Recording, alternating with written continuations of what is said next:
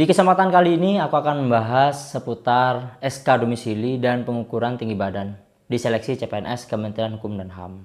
Apa saja yang perlu kalian ketahui? Simak sampai akhir video ini.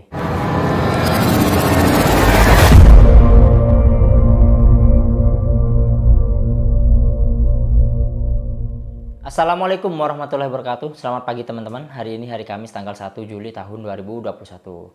Kalian silakan komentar apapun terkait dengan seleksi ya. Jika ada pertanyaan di kolom komentar di bawah ini, insya Allah nanti aku akan balas. Tapi jika ada pertanyaan yang sulit dan aku nggak tahu, kalian silakan sampaikan ke informasi resmi di sini. Karena aku sendiri bukan panitia, kayak gitu ya teman-teman. Aku hanya pegawai biasa yang sharing apapun yang mungkin aku ketahui atau pernah aku lalui. Seperti di video di awal aku bilang akan bahas tentang tinggi badan serta SK domisili. Tapi izinkan sebelum masuk ke sana, yang aku himbau buat kalian atau aku sarankan buat kalian, jangan terlalu buru-buru daftar. Pelajari dulu tahapannya. Kalian bisa baca buku panduan resmi dari BKN di bawah ini. Di link deskripsi video kalian download terus kalian baca. Insya Allah jika ada waktu nanti aku akan bahas mengenai tahapannya. Biar nanti kalian lulus seleksi administrasi. Biar enggak gagal. Jangan buru-buru, jangan sampai melakukan kekeliruan. Terus terkait dengan formasi Kemenkumham kok belum ada di SSCSN, mungkin saja dari pihak pusat belum sempurna. Kalau belum sempurna belum dibuka. Kalau udah sempurna baru dibuka. Gak usah buru-buru. Lebih baik persiapkan dokumennya lebih dulu. Baca buku panduannya, persiapkan dokumennya, nomor berapa yang harus ditulis di catatan kayak gitu ya. Terus kita akan melangkah masuk ke SK domisili dan tinggi badan. Untuk pengukuran tinggi badan atau tinggi badan persyaratannya dari 155 cm menjadi 160 cm serta 160 cm jadi 165 cm bagi pria dan wanita penjaga tahanan atau pemeriksa keimigrasian di Kemenkumham. Apa alasannya? Seperti yang aku bilang di video sebelum ini, aku kan udah bilang asumsi pribadi bahwa bisa jadi karena pandemi. Untuk mencegah pembludakan pendaftaran serta nanti kerumunan saat tes dilaksanakan, makanya kualifikasinya diperketat, ditambahkan tinggi badannya. Itu mungkin tujuan dari pemerintah, menghindari kerumunan, pembludakan pendaftar dan lain sebagainya di masa pandemi seperti saat ini. Jadi kita anggaplah ini ya tujuannya ya. Terus nanti karena verifikasi dokumen asli nggak ada, pengukuran tinggi badannya diganti waktu tes Samapta. Jika kita lihat pengumuman resminya, kalian bisa baca. Oke ya. Nah, yang jadi pikiran sekarang adalah gimana kalau ada peserta yang sudah tahu tinggi badannya nggak masuk kriteria, misalnya pria 165 nih, dipaksakan. Dia udah pernah ikut seleksi sebelumnya, entah di kepolisian atau CPNS Kemenkumham dan lain sebagainya, sudah tahu tingginya 163, tapi memaksakan diri. Dengan harapan bahwa mungkin dalam sebulan 2 bulan ke depan, tinggi badannya bisa naik 2 cm. Dilalah kok tinggi badannya nggak naik, tapi dia udah daftar, lolos SKD, dan masuk ke perankingan 3 kali formasi. Jadi kan kalau kuotanya 100, yang lolos ke SKB, yang berhak lolos adalah 3 kali formasi, tidak lebih. Maka yang lolos 300 peserta. Di ranking 1 sampai 300 dia lolos. Masuk ke tahapan SKB Samapta. Saat di lokasi tes, dia diukur tinggi badan, dan tinggi badannya ternyata masih 163 cm. Contoh ini misalnya ya. Siapa yang dirugikan? 3 orang.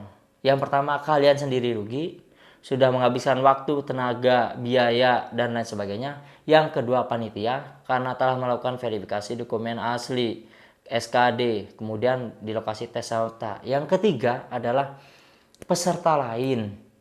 Jadi yang perlu kalian pertimbangkan lagi, kalau memaksakan diri, padahal sudah tahu tinggi badannya nggak memenuhi syarat, kalian akan merugikan 3 orang ini. Terutama peserta lain. Seharusnya kalau misalnya di lokasi tes ada 300 peserta dan yang nggak memenuhi syarat 50 orang misalnya ya, otomatis tinggal 250 dan ada 50 yang kosong. Apakah nanti panitia itu akan memanggil ulang peserta lain di bawah ranking tersebut? Misalnya di ranking 301 sampai 350. Kalau ada pemanggilan susulan itu masih bagus, oke. Alhamdulillah. Tapi kan nambahin kerjaan panitia dan menunda proses seleksi. Tapi kalau nggak ada pemanggilan susulan, kalian telah merugikan peserta lain. Di mana harusnya 50 orang di bawahnya itu tinggi badannya sesuai, SKD-nya bagus, hanya karena kalah perankingan dengan kalian yang nggak memenuhi syarat tinggi badan, akhirnya mereka nggak bisa lolos atau melanjutkan seleksi ke SKB Samapta. Jika yang memaksakan diri itu nanti didiskualifikasi, oke. Tapi mengingat sekarang masa pandemi, terus kemudian mungkin saja, misalnya nih ya, ada kebijakan lain bahwa yang memaksakan diri, tinggi badannya nggak sesuai tapi mendaftar terus, kemudian dia lolos sampai Samapta, diukur kurang, misalnya kurang 2 cm, mungkin dia bisa diberikan sanksi, nggak boleh ikut CPNS tahun depannya. Itu akan merugikan kalian. Karena kita nggak pernah tahu tahun depan, tahun 2022, mungkin formasinya akan jauh lebih banyak dan ketentuan persyaratannya mungkin akan lebih dipermudah. Kita nggak akan pernah tahu. Jadi jangan pernah memaksakan diri. Takutnya nanti kalian merugikan orang lain, merugikan panitia dan peserta. Terus kalau dengan asumsi bahwa untuk mencegah kerumunan dan lain sebagainya di masa pandemi seperti ini, kualifikasi tinggi badannya dinaikkan. Kemudian bagaimana dengan peserta yang tinggal di provinsi atau kantor wilayah yang kuotanya tidak ada? Contohnya misalnya di Riau gitu ya. Di DKI Jakarta mungkin Jakarta nggak ada sama sekali pria wanita, nggak ada pembukaan penjaga tahanan. Terus apa yang melatar belakangi nggak ada? Nggak mungkin, insya Allah ya, nggak mungkin nggak ada yang nggak pensiun. Pastinya ada yang pensiun pegawai itu di setiap kanwil itu. Kenapa mereka nggak mengajukan? Bisa jadi karena alasan pandemi, di mana mungkin Jakarta masih zona hitam. Untuk menghindari kerumunan, ya udahlah kita nggak usah pakai seleksi. Kemudian kalian yang telah mempersiapkan diri jauh-jauh hari, yang telah ingin bercita-cita untuk ikut tes CPNS Kemenkumham, memaksakan diri daftar di kanwil lain pakai SK domisili. Kalian pakai SK domisili. Kalian pergi dari Jakarta misalnya ke Jawa Tengah hanya karena Jawa Tengah banyak formasinya. Misalnya butuh 500 penjaga tahanan pria. Apa itu nggak melenceng dari tujuan pemerintah, tujuan instansi pusat untuk menghindari pandemi, terus kalian malah pergi dari kota kalian sendiri, melampaui ke provinsi lain, ke kanwil lain. Bisa jadi kalian bawa COVID dari kota kalian ke kota lain. Atau kalian nanti pulang dari sana bawa COVID ke kota kalian lagi. Gak akan selesai COVID. Gak akan selesai pandemi seperti ini. Takutnya nanti kalau kalian pakai SK domisili dan ditelusuri lagi karena ada yang melaporkan, misalnya kalian lulus sampai ke SKB Samapta, terus ada yang tahu bahwa kalian bukan orang Jawa Tengah misalnya, kalian adalah orang Jakarta, kemudian kalian dilaporkan, Bu, ke panitia, tolong ini kok ada peserta yang dari Jakarta asalnya mendaftar di Jawa Tengah, padahal dia di Jawa Tengah itu enggak kerja, terus enggak kuliah, lalu dia ngapain di Jawa Tengah? Kayak gitu kan ya. Misalnya nanti ada penelusuran kalau ada pelaporan misalnya ini ya. Kalau kuliah kan ketahuan mana surat keterangan kampusnya. Kalau kerja kan ketahuan mana surat keterangan aktif kerjanya. Terus misalnya kalian nikah, kalian orang Jakarta nikah sama orang Jawa Tengah, tinggal di Jawa Tengah. Mana istrinya? Kayak gitu kan. Takutnya nanti ada pelaporan. Karena dulu aku pernah diceritakan oleh staf Wakil Menteri Hukum dan HAM. Demi Allah gak bohong. Beliau sendiri cerita di depan saya. Ada satu peserta udah lolos, udah sembelih sapi, udah selamatan, dilaporkan oleh orang lain. Dan diminta diukur lagi tinggi badannya karena katanya nggak sesuai. Dan diukur hanya kurang beberapa mili, bukan senti loh ya, mili. Akhirnya jadi diskualifikasi. Panitianya akhirnya kena kayak semacam teguran. Makanya kemarin itu nggak ada toleransi walaupun cuma kurang 0,5 cm atau 0, berapa. Takutnya panitia juga akan kena. Jadi kalian pertimbangkan lagi, cita-cita atau impian boleh, tapi jangan memaksakan diri seperti itu. Kalau kalian memaksakan diri merugikan orang lain, takutnya nanti rezeki kalian akan terhambat di tahun-tahun yang akan datang.